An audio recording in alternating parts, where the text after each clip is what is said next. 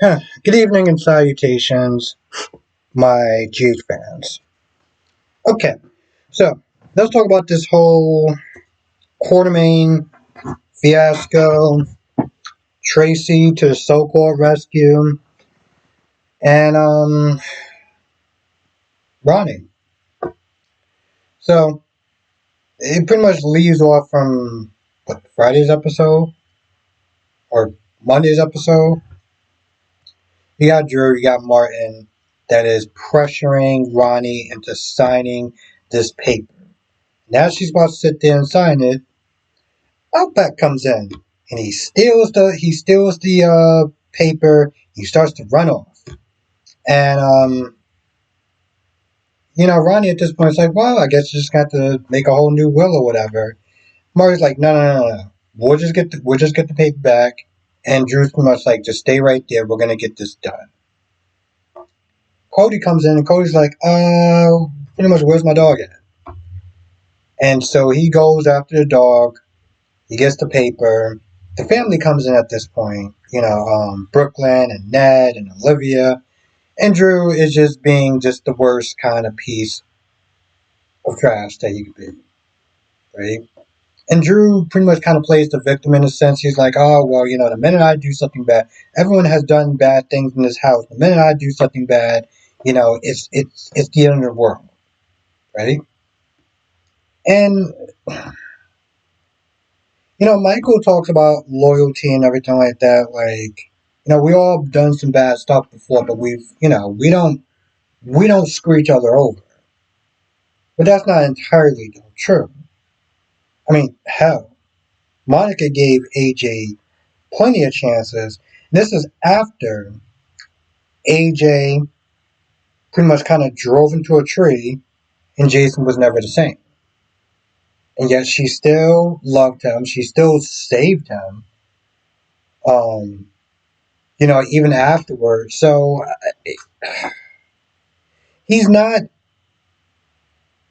he's not totally wrong about that. The family has screwed each other over.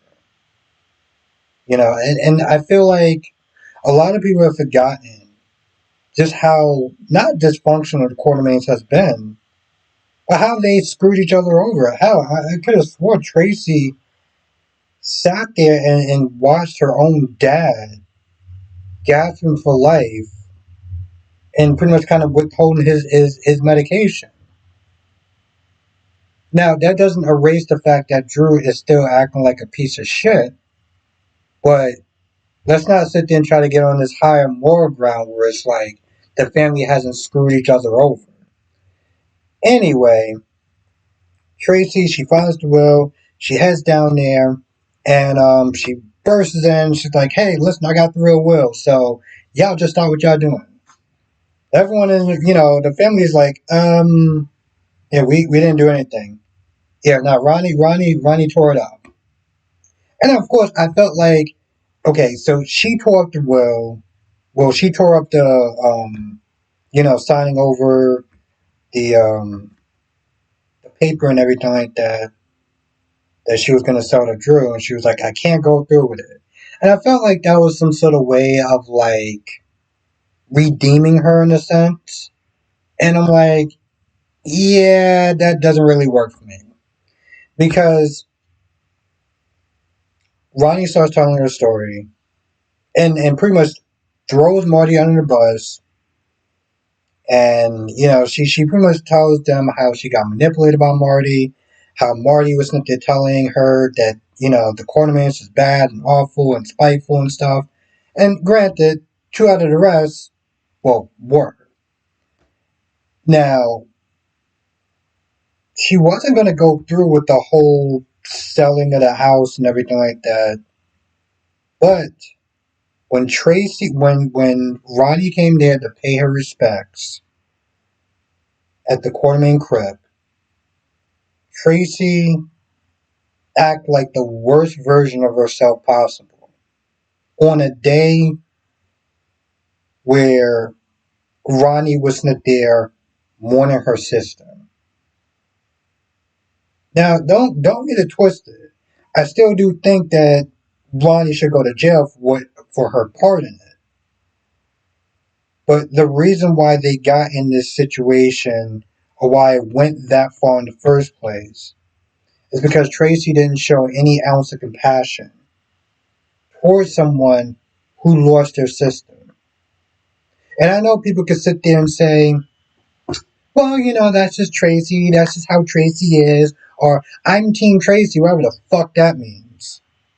But honestly, tell you the truth, it was her nastiness that nearly caused the family of losing that whole house. If yeah, granted, yes, if Tracy didn't sit there and find that box and whatever, and she said she couldn't go through with it. I don't know. I feel like it. I don't think it would have got as far as it did, as if it wasn't for Tracy and her nasty ass attitude. And I feel like people tend to when people love their characters, they tend to forget the major flaws in those characters. That's why they sit there and say, I'm Team Tracy. I'm like, yeah, Tracy isn't a god awful person, but she has her moments where she could just be a complete and utter nasty human being. Yeah, she has her moments where she could be kind and generous and vulnerable and everything, and that's what makes her such a great character. But there's times where she could be a piece of shit, and it pushed Ronnie to do it. And yeah, she was like, "Hey, listen, I did it. It was wrong, but I did it." Now, with that being said, and of course, she says that that Marty blackmailed her.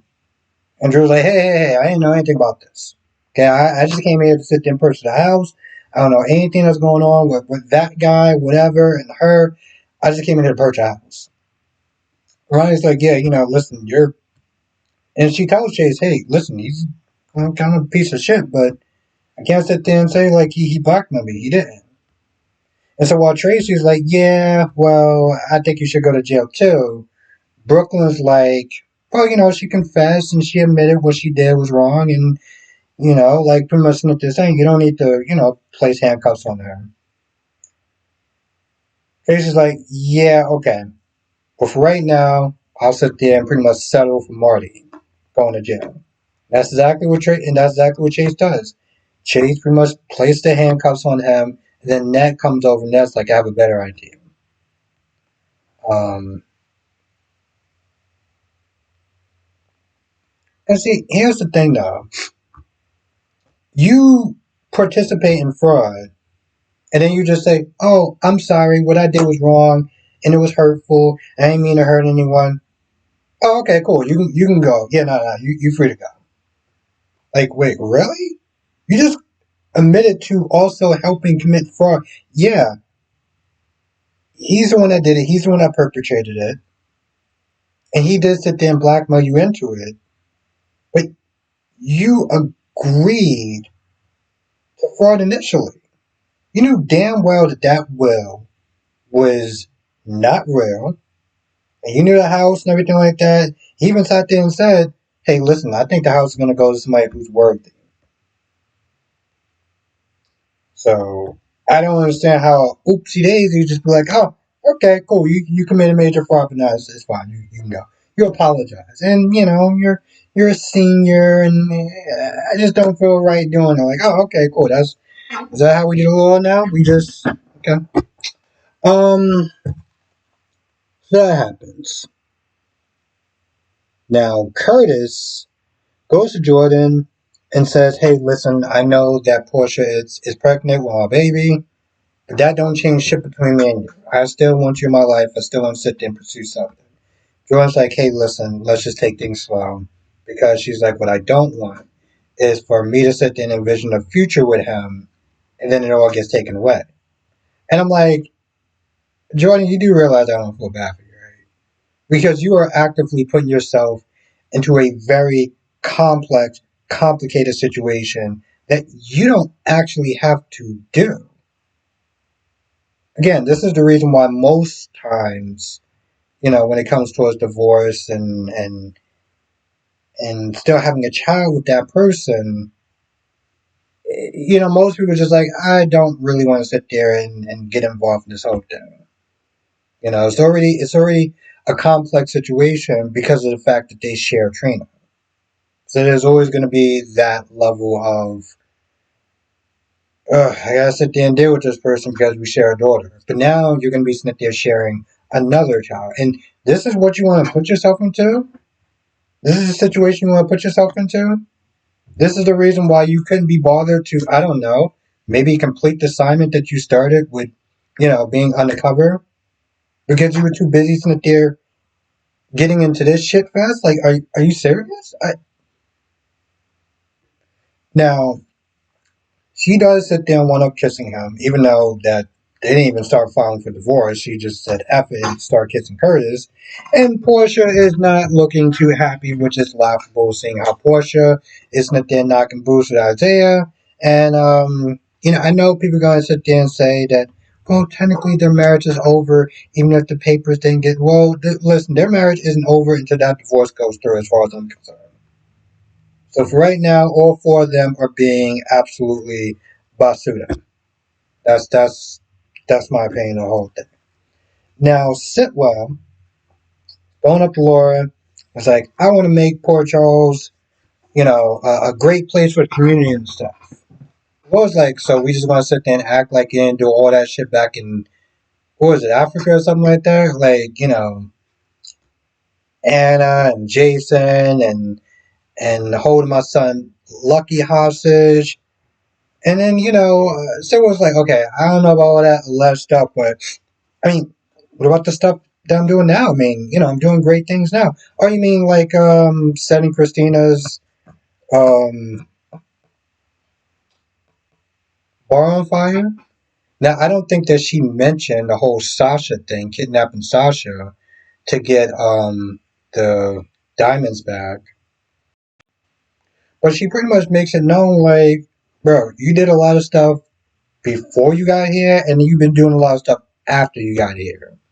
So it was like, well, I can sit there and fund some schools and some programs and, really kind of get this poor Charles things moving. And Laura's like, yeah, that sounds like a bribe, and I don't do bribes because, I'm not, not going to be bought. Now, Sitwell does sit there and say, yeah, I get it. You and Sonny have a grandchild and blase, blase, blah. But he does sit there and say before he leaves, he's like, listen, everyone has their price. And it's not always monetary. Like, yeah, that pretty much kind of sounded like a threat at that point. Then Laura winds up calling somebody and this panicky kind of voice. And then Marty comes in there and says that he got himself into a situation. Yeah, Marty comes in there and says he got himself into a situation. By a situation, he means like jail time. Now, Sonny comes to Alexis. It's like, Christina told me about your battle plan or whatever, what you plan on doing as far as throwing Michael on your bus. And I'm here to sit there and offer you an alternative, and talks about Portia. And basically Smith is saying that Nina admitted to working with Portia to drug the congressman with an escort. But doesn't really allude to why. I don't think Nina actually told Sonny um, why she resorted to drug and Drew. But he pretty much sits there and says, why don't you look into where Portia was the night that Drew was shot? And, Alexa's like, I'll do it, but I'm going to be honest, I'm not making any promises. So, like, and then, of course, when Sonny's like, well, why are you sitting there why are you sitting there representing Willow anyway? And, Alexis is like, um, Drew is pretty much using Scout as a bargaining chip to sit there and spend time with her. Because, Drew is a piece of shit. And of course, Drew comes in there, and Drew's like, "Hey, what's going on? Like, you working with the enemy? You want me to sit there and take your privileges away? Like, he's on that shit." Portia is just there to, well, Portia is venting to Liz about the fact that Curtis knows that she's pregnant because of Jordan, the stress, the outside forces, and if Brad comes back, because I was gonna sit there and say because Britt is there, and if Brad comes back, then that truth comes out about her changing the test for Heather Weber. But I just don't feel that Brad is coming back. There's a conversation that Liz has with. There's a conversation with Liz has with Britt as far as like did you talk to Brad? You think he's coming back? What's the story? And Britt pretty much sits there and tells her that Brad is gone, pretty much ghosted her, and if he knows that she's alive, then he clearly doesn't care since he didn't bother to reach out. Um, Now Emma comes in Dawn's office and sees Britt there. And she just goes ham. She's like, you can't trust this woman. She's a liar. She's a thief. She's crazy and just all sorts of other stuff. And, Britt's like, listen, you don't know the whole story. And she kind of walks out. And Dalton pretty much just kind of sets her straight, like, yo, listen, you're my assistant. Like, just know your place at this point, and pretty much kind of kicks her out. And then, she gets in contact with Gio, and they go to Rocco, and they're like, hey, listen, Britt got this key thing, and we need you to sit there and get it from her. And pretty much manipulates Rocco and sit there saying, well, listen, Dalton's crazy. So in a lot of ways, you're being there doing Britt a favor by helping us shut down Dalton. And all you gotta sit there and do is just, take a key or whatever. I'm like, and of course, Gio's like, hey, listen, you don't have to do this, okay? Like, we're not here to sit there and press you. No, you're just not there manipulating him. So, okay, that's like that's any better. But Rocco agrees, and he goes down to the hospital to sit there and see Britt, who is injecting herself with some sort of somewhat semi-cure for her Huntington's disease, because it's a soap opera, so apparently that's the thing. Um, why do I feel like that's actually about it? Oh yeah, it's 18 minutes. That seems about right. Um, um, yeah, I really feel like that's about it. This video is coming out a lot later than I wanted it to be, because I had some stuff I had to sit there and take care of earlier, and that shit just kind of snowballed. A lot of fun. Not gonna get into it, but it was a day. I'll sit there and put it this way: it was a day.